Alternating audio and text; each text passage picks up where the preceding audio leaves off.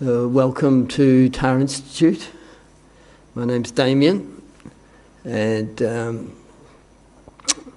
I have been talking about this text, the Jewel Rosary of the Awakened Warrior, and mainly trying to encourage you to recite this at home, and then over a period of time, I think it'll have an impact on you. It'll have an impact on your thinking and have an impact on your behaviour. And also it creates the causes that in the future, sometime in the future, that you will actualise these points. So it does, all these Dharma practices, they've got these two aspects. One is in the immediate time frame is, increasing your happiness, your contentedness, your understanding of others, but probably more importantly, doing these things regularly, it creates an opportunity that sometime in the future you will meet this text again, and because of the effort that you've put into reading it and understanding it now, in the future the understanding will be acquired very easily. So that sort of applies to many things in Buddhist practice, that we are,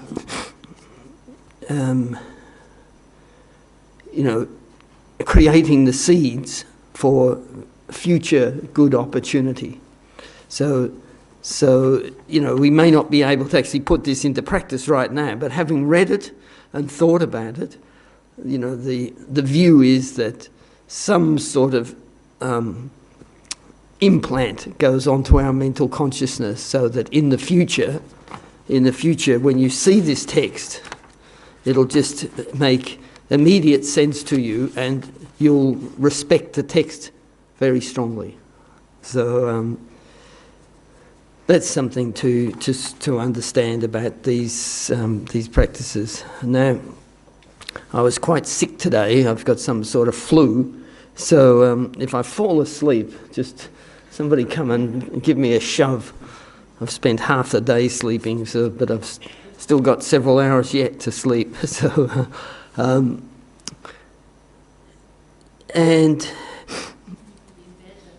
sorry? Should you be in bed at home? Probably, but this is my home.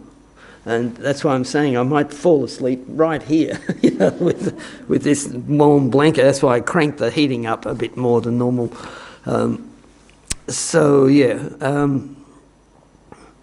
let's just set our motivation. So I've been talking a little bit about any Dharma practice or spiritual practice like this. There's at the beginning we should have a good motivation. In the middle, we should be totally focused on the practice. And then at the end, we should dedicate what we have done to the benefit of all beings. So those three elements. Any meditation we do, any reading a book, whatever, if you can, try to think of the motivation. Then in the actual reading of the book or the doing of the practice, you focused on doing the practice properly, or focus your attention to the book or to the reading is fully delivered. And then when you've finished your 5 minutes, 10 minutes, an hour, or whatever it is of reading or meditation, you seal the benefit by dedicating it to the welfare of others. And it's quite important, because if we don't sort of seal that benefit, and then we get up from our meditation and we go out somewhere and we get very angry at somebody or something, that angry mind sort of destroys the benefit of the meditation that we've just done. So it's important to, and they call it like sealing the merit.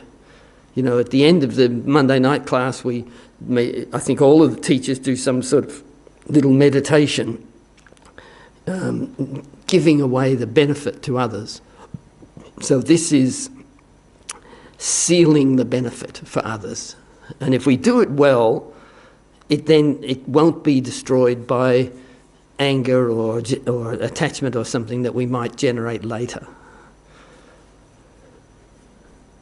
So if anybody's got some verses that they've been reading and they'd like to discuss, you're welcome to bring them up at any time. But I was just going to pick another couple of verses. And a lot of these are just really straightforward advice, like really straightforward advice. And some of them are difficult. So, for instance, proclaim the faults of yourself and seek not mistakes in others. So this is a common theme in different thought transformation. That's on line 9 in the text. So this is a common theme, that we should hide our own good qualities and praise the good qualities of others. We should proclaim our faults and hide the faults of others. So you'll see that this is the total opposite of what we normally do ourselves. We hide our own faults, and we pick the smallest fault in somebody else and criticize them for it, or we tell everybody else in the world about that fault, but our own faults are hidden. We hide them. We don't want people. So this is advising the total reverse. Proclaim your own faults and do not seek mistakes in others.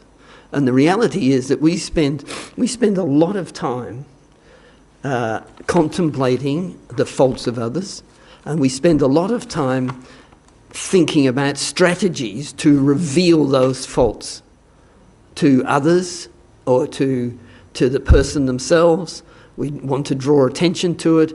We will be manipulative or underhanded in doing that. So the advice here is to do the complete reverse. Hide your own good qualities and proclaim the good qualities of others, and proclaim your own faults and hide the faults of others. And then the next line also, I think, is interesting. The reject acquisitions and honours and always reject desire for fame. So again, this is all about almost taking an invisible position. That if you are meditating and you're creating these mind states, this mind state of bodhicitta, Buddha mind, this great altruistic thought. If you're creating that state of mind, keep it to yourself. This is a key instruction of many texts, is that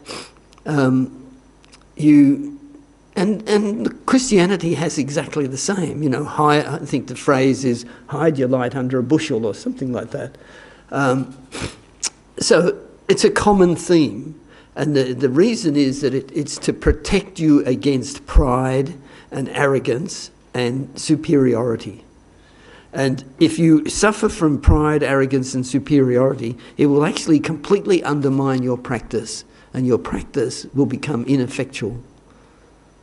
So this is not just about sort of being a good person. This is not just about trying to be nice to others or trying to keep a low profile. It's actually about protecting your practice. So it's very important to keep your practice quiet and to yourself. And also, I was in the there is a book in the bookshop here, a commentary on this by Geshe Doga, called The Treasury of Jewels. So I think the bookshop has got some copies. I didn't rely on this book for my talks. I've had a bit of a look at it, and it's all in the same vein. I've focused on some verses which in this are not covered much, but other verses in here are covered extensively. So it's a very good book on the text.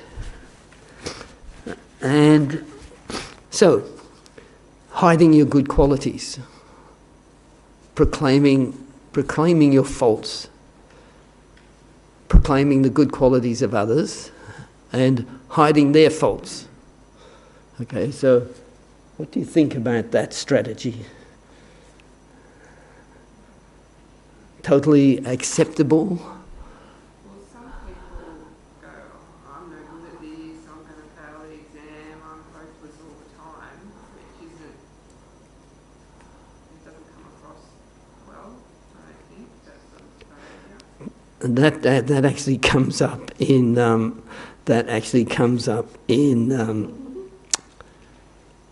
line 56. So we'll talk about that afterwards. So it's sort of separate to that idea. This is just about the view of yourself and, hiding your good qualities. So, not being a person who sort of jumps to the front of the crowd and pushes everybody away and stands there saying, I'm important. Like, you don't do that, and if you see many of the lamas and all that, it's very interesting. They will take a position when it is necessary for teaching or for communicating or for something, but in general, they will always be subdued and in the background, like, they'll be invisible. To a large degree, they'll be invisible. Unless there is some benefit in people seeing them, stand out. So if that happens, if they talk themselves up or they take a prominent position, it's because there is some benefit in doing that. But it's not out of their own self-importance. So this is the key thing here, is for yourself, is to check the way you promote yourself and put others down out of your self-importance and your competitiveness with other people. So you criticise, you undermine, you use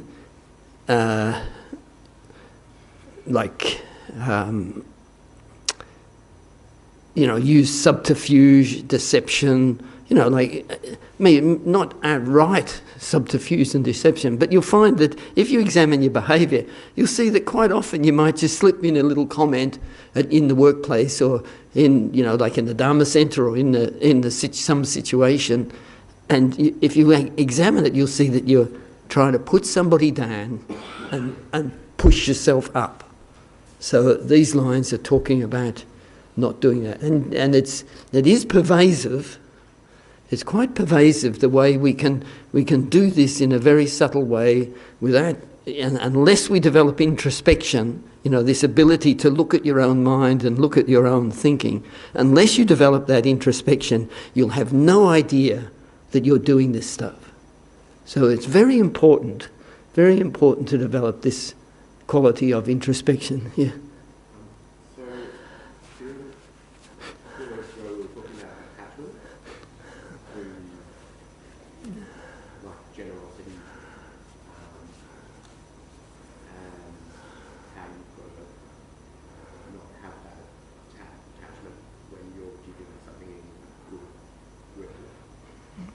So is this a little bit like that? So you're doing something good for somebody else, but you're not turning around and going, look what I did. Not these two lines. I think that what you're talking about is elsewhere here. So the question is about generosity and trying to not contaminate it with self-reward or self-importance or grandiosity or something, you know. And as a general rule in that regard, we're encouraged to give in secret, you know. Putting my name on Tara, the Damien Busby Centre for Meditation, you know, that's not going to happen. You know, and it's if somebody thinks that, and unfortunately you see organisations where they sell that idea to people. You know, they'll sell the idea of having your name on the hospital wing or the old folks home or the research centre or whatever. You know, because they're tapping into your wish to be famous, and so, you know, maybe it's a good thing in some cases, but the person that's given the money should not be entrapped by that attitude, you know. So you're asking about giving. I don't know if any of you can spot the line about giving. When seeing others continuously, which is interesting, be pleased to give without being miserly. Right, so again, this is like in a family or something where, you know, it's sort of encouraging you to give continuously when you're in that circumstance and to overcome the miserly mind. Sorry? That is line 78. 77, 78.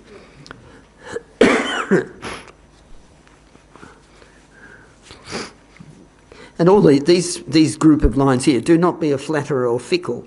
So, and they talk also about wrong livelihoods. So there's several wrong livelihoods, and that's, you know, making money by stealing, or making money by harming others, making money by deceit or by false representation, by flattery, you know, really flattering somebody to get money from them, you know, all these sorts of contaminated actions. So that's also part of this text here, where it says, you know, avoid wrong livelihoods. So I think there's 8 wrong livelihoods. So these are all reference to other texts and that. So, you know, that's why it's very useful to read this. And then when you have a question, you think, oh, what does that mean? Then you can look up a text and you can find it, and then bring more knowledge into your response. And don't use AI. Just as a... Yeah, sorry.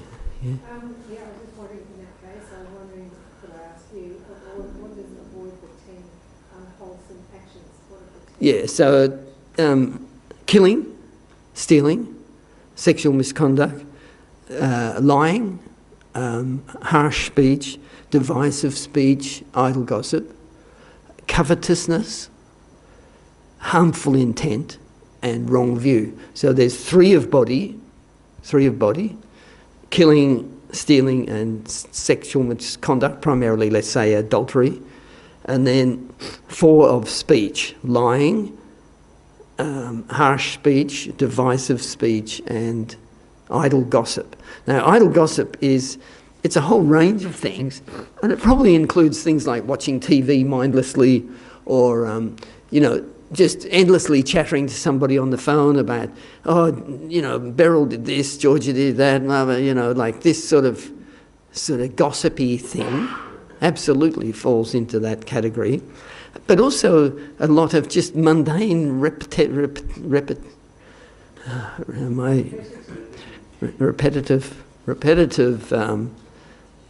activities.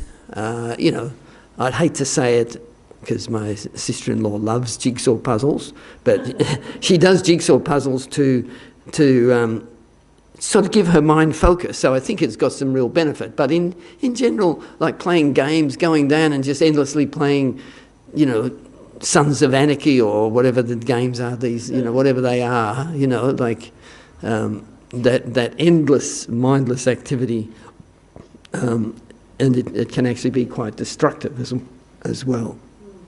That's community as well. You're together. Sorry? When you play a game, it's not only mind.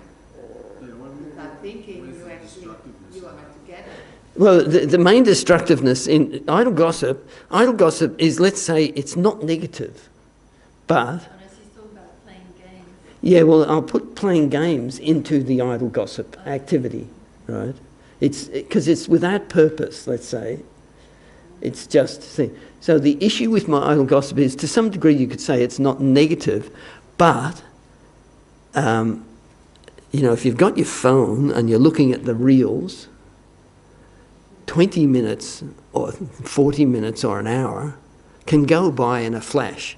So the trouble with idle gossip is you waste your life and you never get that time back. So the issue with idle gossip, it's not like lying or divisive speech or harsh speech, but it's harmful because of the magnitude of it. So you can spend your whole life gossiping and then die. No, you won't have accomplished much, Yeah.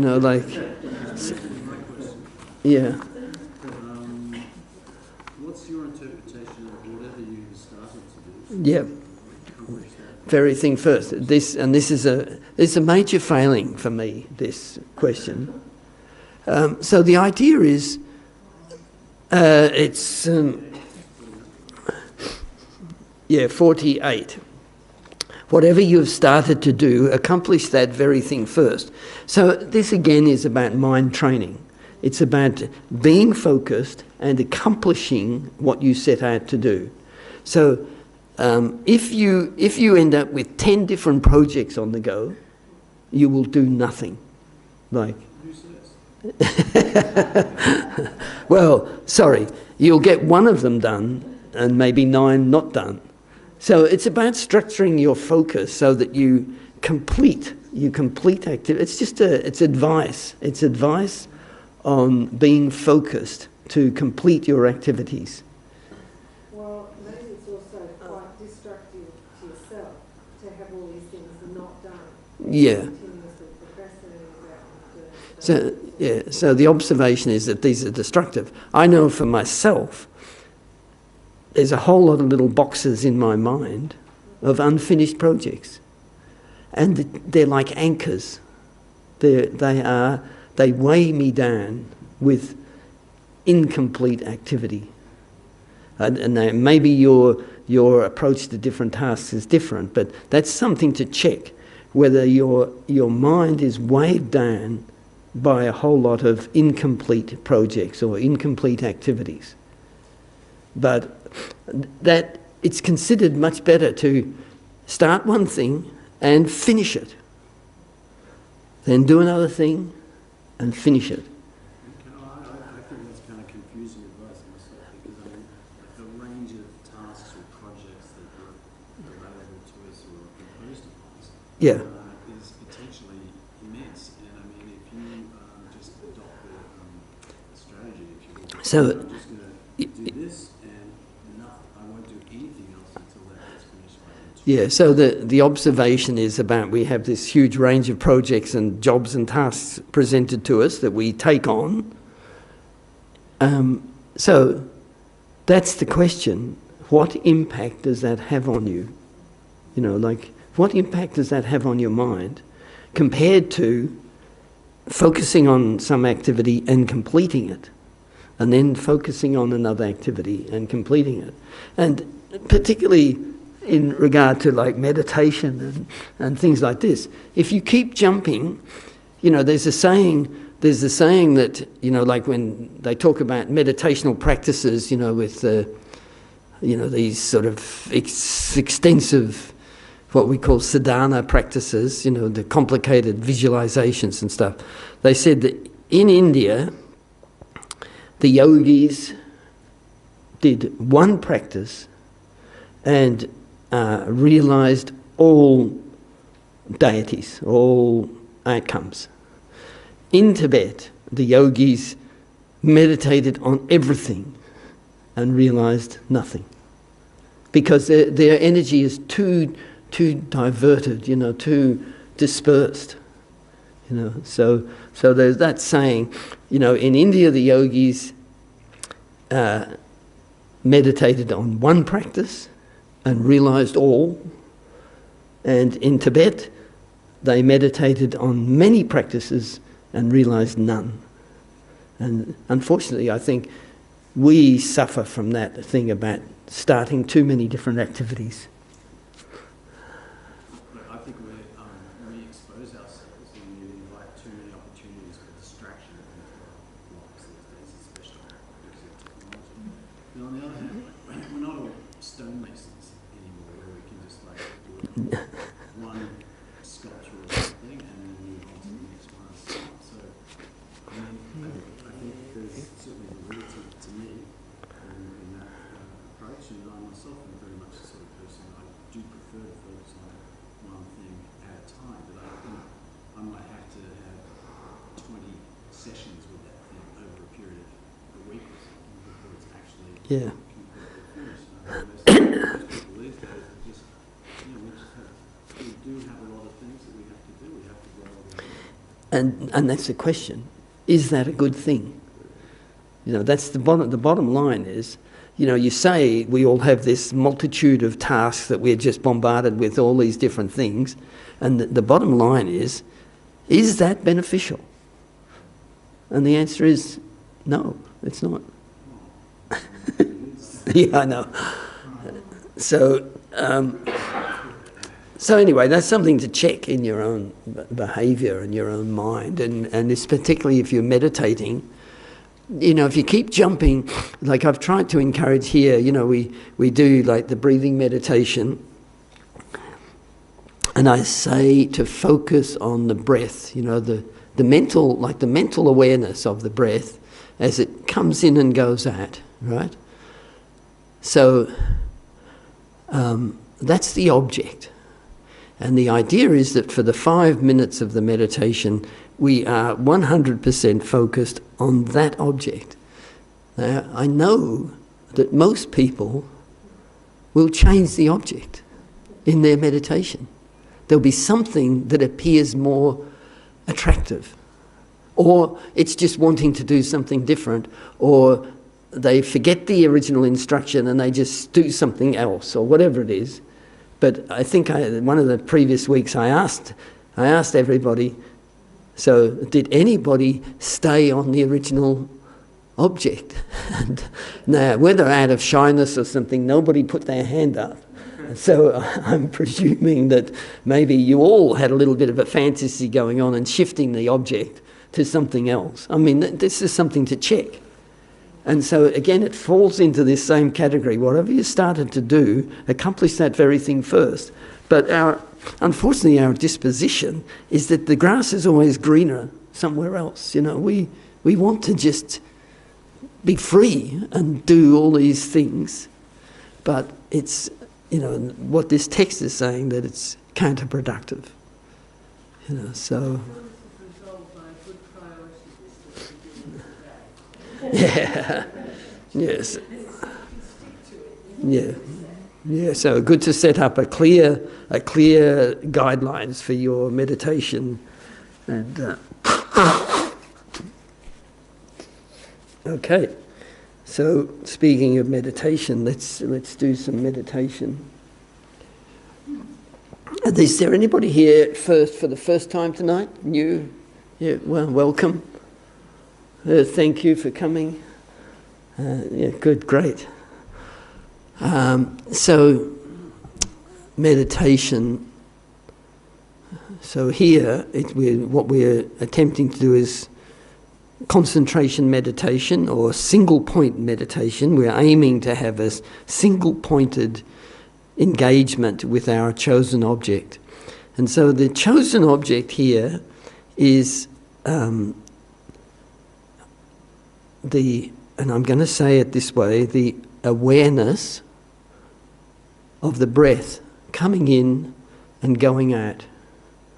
Okay? So it's a it's a mental object. This is very important for future understanding. It's a mental object, and so we try to hold 100% focus on just that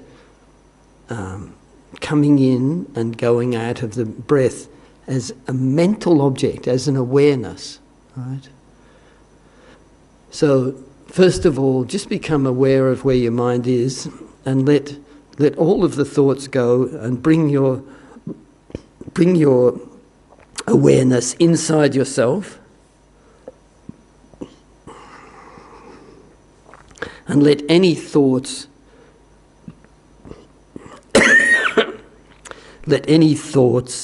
just drop away.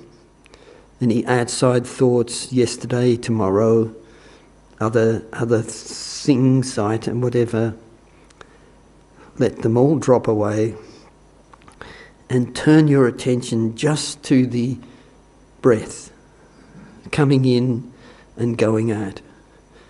And keep your focus 100% just on the breath.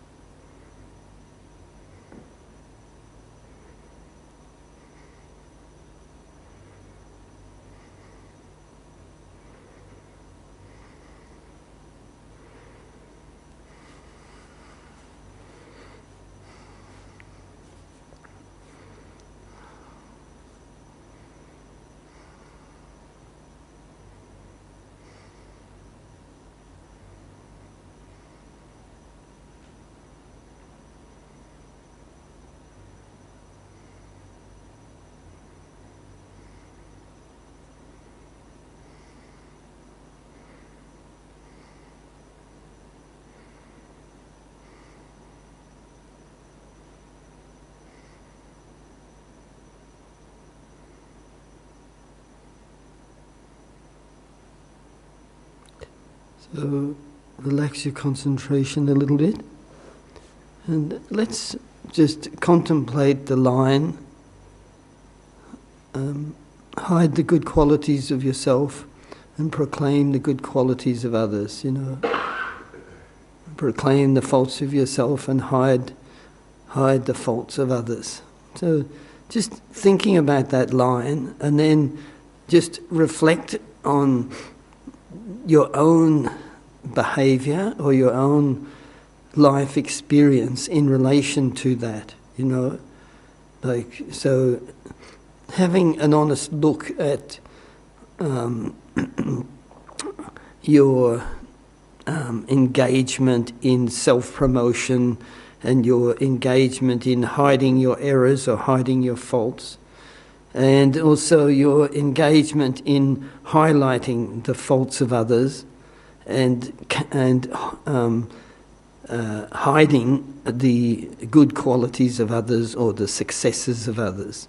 So just have an actual sort of examination of your own life. You can go back as far as you like, or just find some incidents where this behaviour happened and just examine it. Just examine what happened in that circumstance.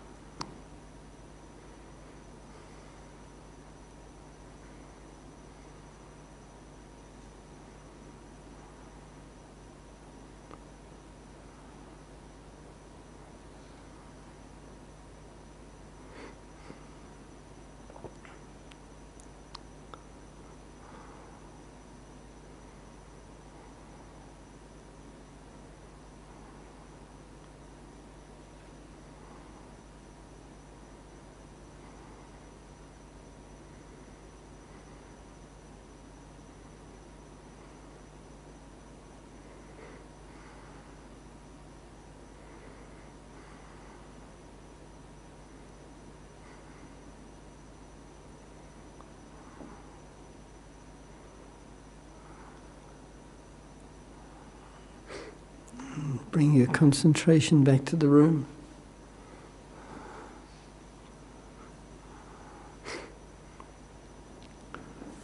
So, I think it's interesting. I think that behaviour of flagging the faults of others and self-promotion of your own good qualities, all this sort of thing,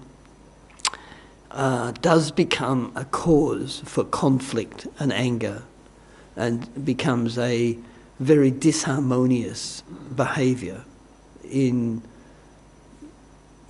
Dharma centres, workplaces, families, whatever, sporting clubs. This is a cause of a great deal of conflict, of people engaging in self-promotion and then deprecation of others. So it's to be avoided. So if there's any questions or... So the question is that driven by personality? So what is a personality? Yeah. There are people who are a lot more outgoing and not scared of speaking up. Yeah. And extroverts, introverts. Yeah. So it's just what is a personality?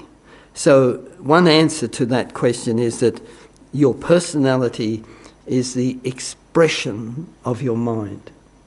The expression of let's say the collection of your mental habituations and your mental proclivities or your mental tendencies, right? So we have a mind, and we have this collection of habituations through the force of karma. So this is again bringing everything back to the idea of cause and effect. So cause and effect has got the result that is similar to the cause in terms of experience and in terms of your disposition. So if you have habitually gossiped, then in previous times, then this life you will have a disposition to gossip. If you have killed, you'll have a disposition to kill. If you've lied, you'll have a disposition to lie. So when we say the person's personality, I think we can say that your personality is an expression of all of that habituation, whatever it is. And so we have conflicting aspects to our personality because we have different causes ripening in this life with different dispositions. So we may be quite generous, but we also might be quite cruel, or we might be, very undermining of others, but still look after people quite well. We have all these contradictions in our behaviours. And you say, oh, their personality, you do a dial and you say, some sort of personality test. And you say, well, what are you on the generosity front? Oh, I'm up here. What are you on the conflict thing? What are you on the, this and that? And so they sort of make up some amalgam of your personality and say, you're this personality, and they give it a name.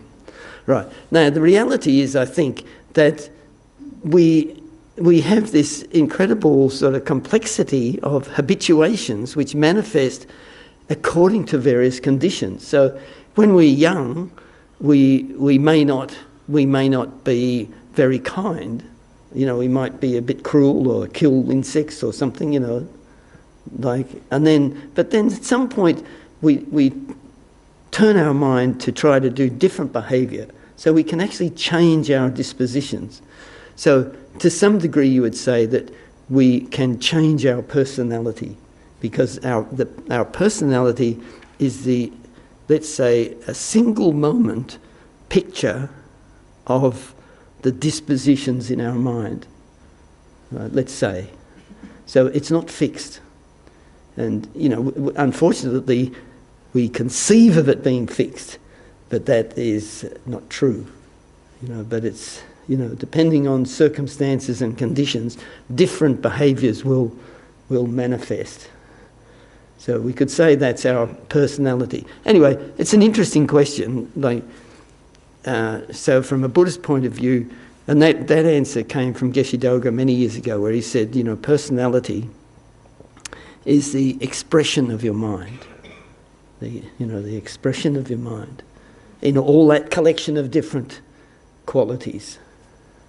Kindness, generosity, anger, deceit. You've got this whole collection of different stuff. And so our personalities have all these different aspects. So, and changeable by our effort, which is such a remarkable thing, Yeah. I've just seen towards the end, when it's talking about the different gems on Yeah. 104.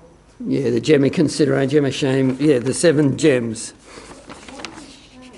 So, yeah.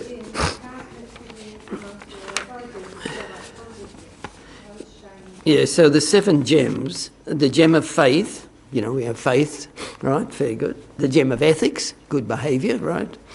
The gem of generosity, the gem of hearing, which means listening to teachings and reading and contemplating.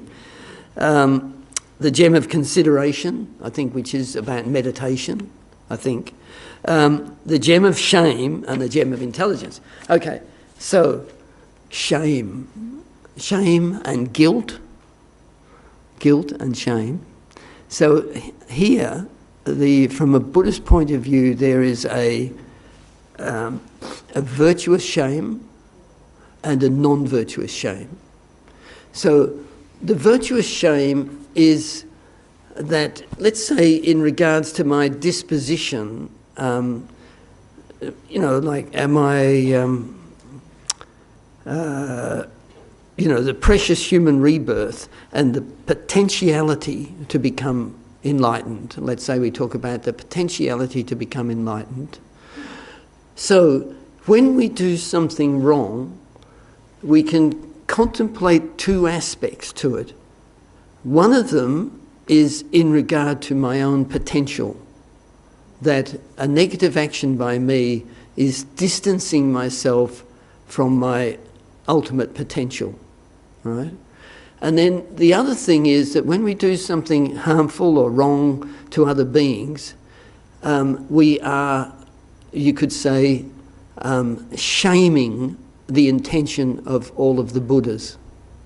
Their intention is only to benefit others.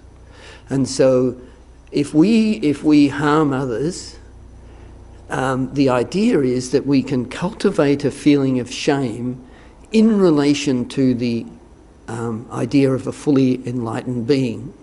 And the point of those two types of shame is for you to change your behaviour.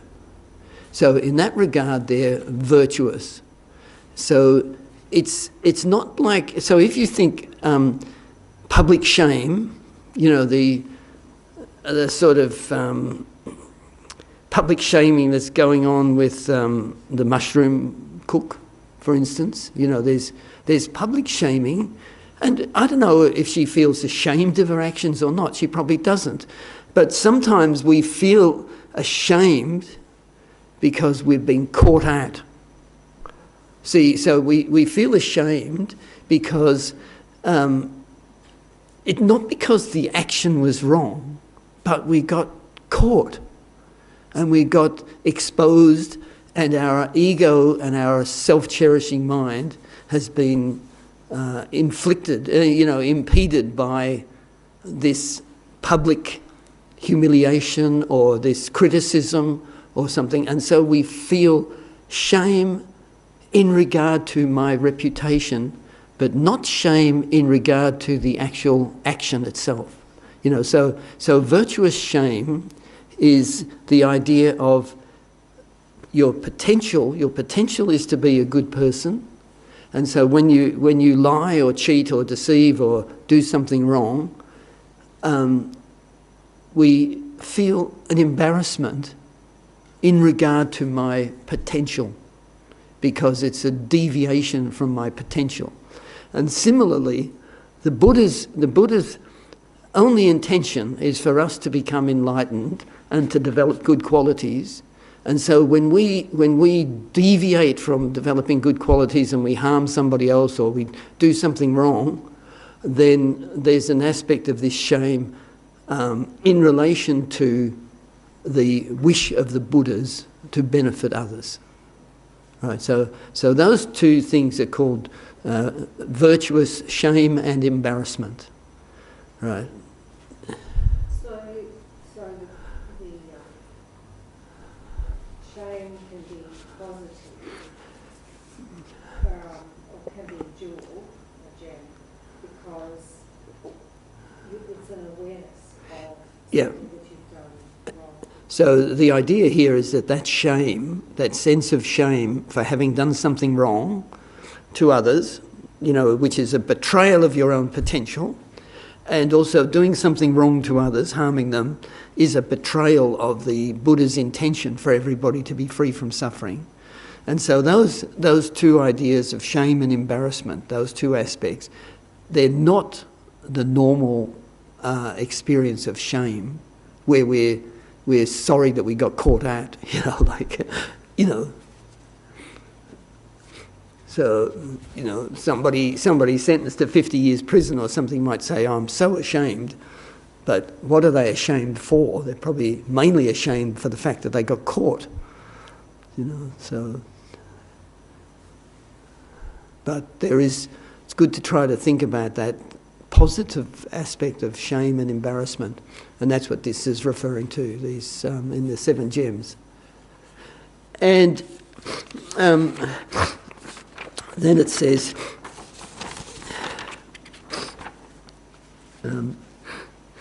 do not tell this to non-humans.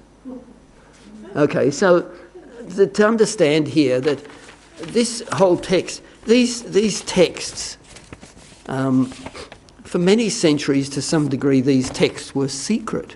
They weren't readily available. And even here now, we are encouraged to treat these instructions as secret for our own practice. You know, like for your own practice within yourself. Not necessarily talking about them everywhere or saying, I'm doing this, or, you know. So, but that, to a large degree, a lot of that secrecy has disappeared in the last 30 or 40 years. But this text is, you know, it is in that category of was kept secret for a long time and just handed from a master to a student, where the master made the assessment that the student would be capable of practicing this. And for that reason it is, so not railing against it. And I think you've all been very good at not jumping up and down saying, that's not right, you know, like, so so to avoid that idea, accept all of them, examine them, contemplate them over a period of time, but don't rail against them and say, oh, that's rubbish, you know, like, that's not wise from, you know, this. Anyway, that's... any other questions? When you talk about the Ten Commandments... Yeah. What happens if you break it? So, the question is about the 10 non-virtues: killing, lying, stealing, sexual misconduct, lying, harsh speech, divisive speech. I would recommend one of my favourite books, the Anthology of Well-Spoken Advice, the Anthology of Well-Spoken Advice, or the Lamrim texts like Pabonka's Liberation in the Palm. They have extensive discussions, and also the Tibetan tradition of mental development. They all have extensive sort of explanations about the results, right? So, let's say like killing, and the non-virtue of killing is particularly listed in regard to killing a human, right? It's not particularly about killing ants and insects and stuff. It's about killing a human. So we're not generally exposed to that thing, you know, like, it's not something that we generally do. And so the way it's presented, so there's the non-virtue of killing, which is pretty clear. We want to kill somebody, we think about the method to kill them, we're very certain about who it is, and we kill them, right? There's those different ingredients. Now, the virtue of not killing comes about by having the thought of wanting to kill somebody and then actively suppressing or diverting or eliminating that thought. So it's about being tempted and then not giving in to the temptation. So stealing is again in that same thing, you know, that something that you might think, oh, somebody's left their Lamborghini here, the keys are in it, I think I'll go for a bit of a ride. So you've got the intention to steal, and, you know, the virtue of not stealing is feeling that wish to steal and then suppressing it or rejecting it, right? And that becomes the virtue. Similarly with lying, you know. So we have somebody's asked us a question, and in our mind we see some benefit in lying, in deceiving them. And so we lie, you know, for some self-benefit. Okay, and the virtue of not lying is feeling that wish to lie and then not lying, like actively not engaging in lying. So it's not merely the sort of going through your day and not lying. It's about actively rejecting the temptation to lie, the temptation for adultery, the temptation for harsh speech, criticism, like undermining people, divisive speech, and idle gossip as well, And then you get to the mental ones, and the mental ones are totally pervasive. And, like our mind is covetousness, is always, we're coveting things all the time, And then harmful intent is, again, we are often plagued with, thoughts of harming others. Anyway, so the results of, let's say, killing. So from the karmic point of view, there's the first result is called the throwing result, which is like the main result from killing. So in the next life or some other life, there is a substantial result from that act of killing. I won't talk about that particularly. But then later, when you're reborn as a human, you then have these two aspects. The result similar to the cause in terms of experience, and the result similar to the cause in terms of disposition. So in the result similar to the cause in terms of experience, we may find our lifespan cut short due to illness or accident or, like some tragedy of some sort, airplane crash or something. Not necessarily murder, but murder is a possibility. So the act of murder, in its essence, it's shortening the lifespan of another person. They have a certain lifespan, let's say it's 70 years or 90 years, and the act of murder cuts off that lifespan. So the cause that is created is for you to experience a shortened lifetime, a shortened lifespan. And that can be by accident or disease or possibly murder, but, all sorts of things. So the prevalence of disease in our community is said to be a consequence of our harming others.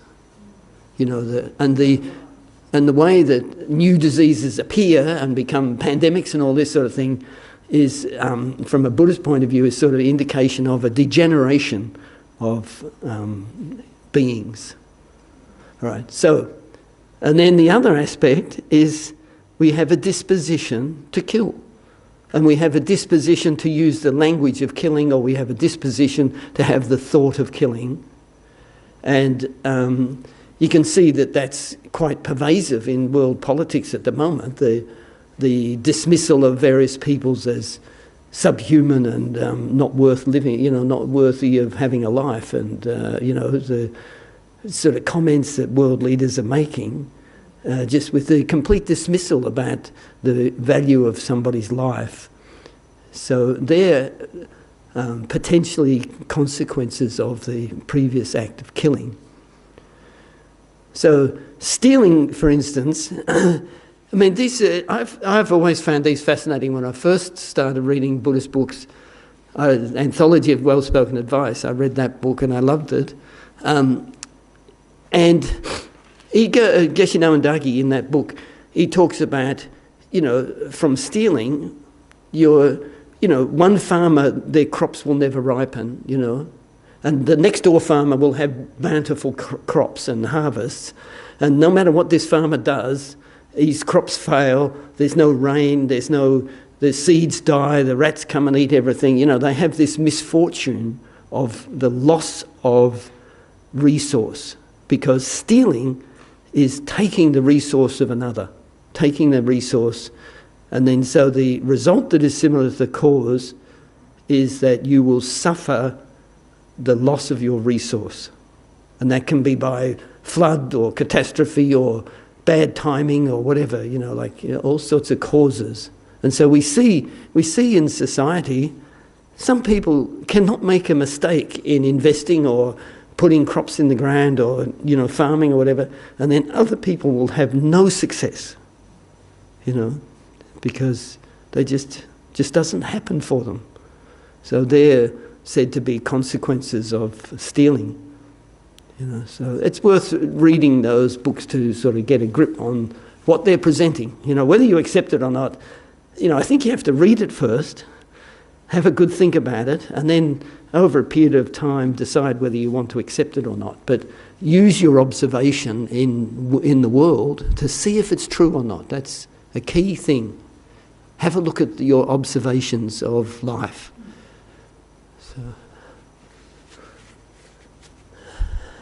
Okay, so thank you all very much. We'll just do a quick dedication meditation. So just think, all of us coming together, thinking, talking, good questions, meditating together. This is something really unique and special. And imagine it takes the form of a ball of white light that you bring above the crown of your own head. And let it pour down into you. Let it sort of completely, like a nectar, pour down into you through the crown of your head and completely fill your body with white nectar. And your mind also become very clear and open, free of any disturbing thought.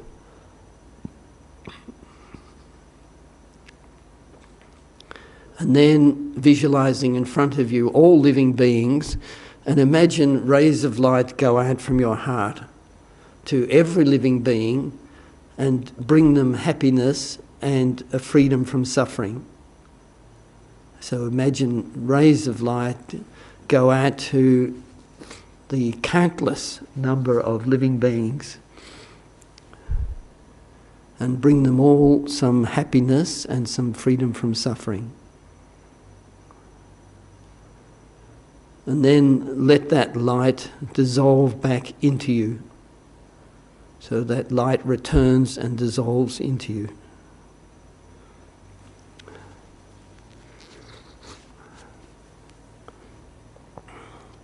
So thank you very much.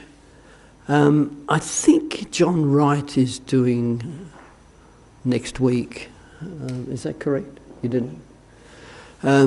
I'm not sure, but anyway, it's either be, I think it's John, or if it's somebody else, everybody's good.